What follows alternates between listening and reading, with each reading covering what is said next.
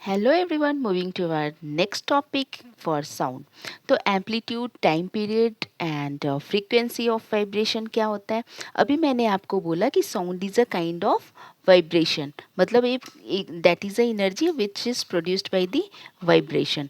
तो अब क्या है, ये वाइब्रेशन होगा एक टू एंड फ्रो मोशन में।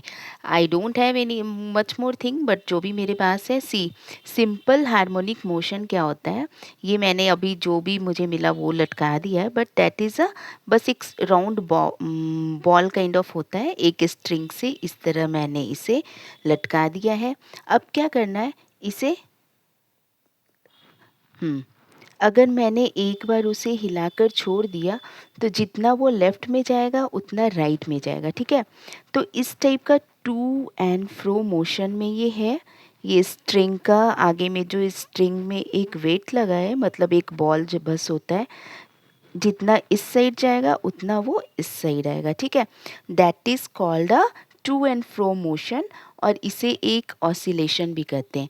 टू एंड फ्रो मोशन वाले को कहते हैं ऑसिलेटरी मोशन। तो अगर हमने एक नॉर्मल प्लेन से एक स्ट्रिंग और उसमें एक बॉब लगा करके छोड़ दिया, तो इस तरह से ये, मान लो ये ओ है ओरिजिनल, यहाँ पे एक लटका हुआ है एक बॉब, ठीक है। जब हमने इसे पुश किया इस तरफ तो ये इधर गया, फिर यहाँ से आके यहाँ आया, फिर इधर आया, और वापस वो घूम करके अपने पहले वाले ए वाले पोजीशन में चला गया। तो जब भी हम ऐसा होगा, तो जो इस टू एंड फ्रो मोशन को कहेंगे ऑसिलेटरी मोशन।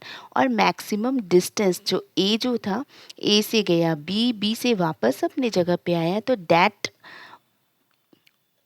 इट्स, मतलब सेंटर से ओ ए और ओ बी, ये दो जगह गया ना, सेंटर से ओ ए और ओ बी, ओ ए और ओ बी को उसका एम्पलीट्यूड बोलेंगे। और इस ऑसिलेशन, इसे वन ऑसिलेशन बने, ए से बी, बी से ए वापस आ गया, इस पूरे डिस्टेंस को बोलेंगे वन ऑसिलेशन। और एक ऑसिलेशन करने में उसे जितना टाइम लगा उसे बोलेंगे टाइम पीरियड। और एक सेकंड में जितने ऑसिलेशंस ये कंप्लीट करेगा उसे बोलेंगे उसकी फ्रीक्वेंसी। और फ्रीक्वेंसी को हम लोग एच जेड यानी हर्ट्स में डिनोट करते हैं। तो these are very very simple simple terms. अब है लाउडनेस एंड पिच। तो लाउडनेस क्या होता है, ये एम्पलीट्यूड ऑफ वाइब्रेशन, दो चीज़ों पे लाउडनेस डिपेंड करता है, एक तो एम्पलीट्यूड और एक फ्रीक्वेंसी पे। तो एम्पलीट्यूड मैंने क्या बोला था अभी आपको, एम्पलीट्यूड जो होता है वो वाइब्रेशन जितना डिस्टेंस करता है ओ ए और ओ बी, अगर ये एम्पलीट्यूड लेस होगा तो साउंड जो है बहुत धीरे से आवाज़ आएगी। अगर ये एम्पलीट्यूड बहुत ज़्यादा होगा तब वो लाउड जैसा लगेगा, और इस लाउडनेस को हम डेसिबल में डिनोट करते हैं। ये डेसिबल 80 डेसिबल तक के साउंड को हम लोग एटलीस्ट पिकुलियर लगता है, लेकिन 80 प्लस जैसे ट्रैफिक साउंड और हॉकिंग व्हीकल का जो हॉर्न, ट्रक, बसेस की आवाज़ आती है, वो सारे बहुत ही लाउड लगते हैं। तो प्लस 80 डेसिबल से एबव वाले साउंड वो हमारे लाउड की क्वालिटी में आते हैं। अब नेक्स्ट वन इज पिच। पहला तो हमारा वो एम्पलीट्यूड पे डिपेंड करता था, नेक्स्ट वन इज़ फ्रीक्वेंसी। अगर साउंड की फ्रीक्वेंसी ज़्यादा है तो उसकी पिच ज़्यादा होगी, अगर फ्रीक्वेंसी कम है तो उसकी पिच लो होगी। जैसे कि वीमेन और बच्चों की आवाज़ बहुत हाई पिच वाली होती है, क्योंकि उनकी आवाज़ में एक बहुत शार्पनेस, श्रिलनेस होता है। और वहीं मैन की आवाज़ या फिर ड्रम की आवाज़, शेर जो रोअर करता है उसकी आवाज़, वो सारे वो लो पिच में आते हैं। लेकिन एक बर्ड की आवाज़, बच्चे की आवाज़, ये सारे आवाज़ हाई पिच में आते हैं। लड़कियों की आवाज़ में भी काफ़ी हाई पिच एबव एबव होता है, यानी ये हाइयर होता है, लो पिच धीरे, देखो सी हाइट में भी ये कम होता है। विसिल की आवाज़ भी हाई पिच है। अब है ऑडिबल और इनऑडिबल। जैसा कि हमारे डेफिनेशन से, जिन आवाज़ को हम सुन सकते हैं, जिनका रेंज होता है 20 हर्ट्ज से 20,000 हर्ट्ज, उसे कहते हैं ऑडिबल साउंड। यही आवाज़ हम लोग सुन सकते हैं। These are audible sound for human ear. Inaudible जिन्हें हम सुन नहीं सकते, या तो 20 हर्ट्ज से वो लो होगा या 20,000 हर्ट्ज से एबव होगा, जिन्हें अल्ट्रासोनिक कहते हैं, और 20 से कम वाले को इंफ्रासोनिक।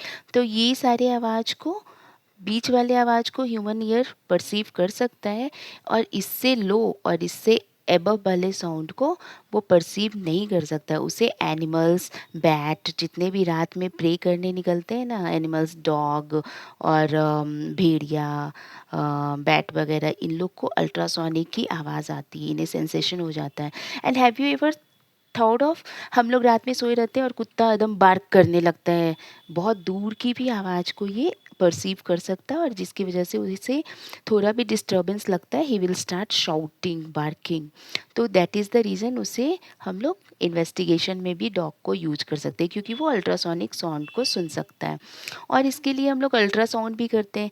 जो बॉडी के ऑर्गन हमारे अगर गुड फंक्शनिंग नहीं है या कुछ भी जानने के लिए, वो अल्ट्रासोनिक साउंड हम लोग करवाते हैं, जिससे वो हायर वाले बीट को भी पहचान जाता है और अंदर क्या प्रॉब्लम है वो हमें, यानी मेडिकल साउंड में मेडिकल साइंस में बहुत ज़्यादा यूज होता है अल्ट्रासोनिक और इंफ्रासोनिक का।